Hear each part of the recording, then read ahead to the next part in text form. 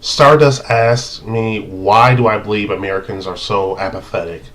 And I really don't have the answer to that question. I don't know why Americans are apathetic, but I suspect that the reason is because we can be. We don't care because we can get away with simply not doing anything.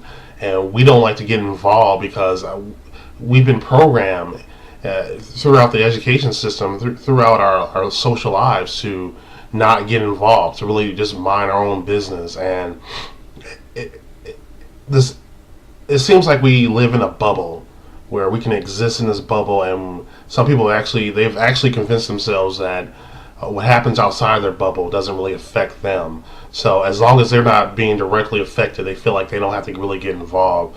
And people don't really care people don't care unless it's their family, their friends, unless it really hits them.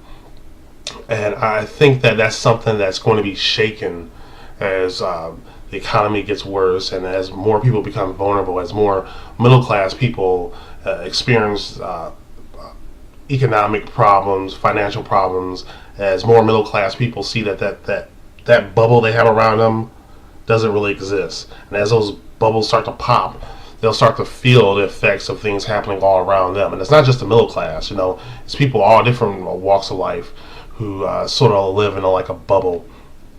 I think in school we're sort of trained to not question government, and not really question government, but not really question authority. It's really interesting. We're sort of raised to just follow the rules and not really ask a lot of questions. I think that's one of the reasons why people don't have a lot of people in this country don't have a lot of critical thinking skills. People simply aren't used to asking questions. You don't have to be the smartest person in the world, but you should at least ask questions and don't just assume that the authority is doing the right thing. I think a big part of apathy is the dehumanization of people. I think that once you start to live in that bubble, you stop seeing people as actual human beings. You start to see them as something that's a part of an environment that's not directly connected to you. When you start to dehumanize people, it's very easy to ignore their suffering. And people often dehumanize other people because it's just easier to deal that way, because because by living outside of a bubble, you're sort of forced to make a real decision about whether you want to get involved or not.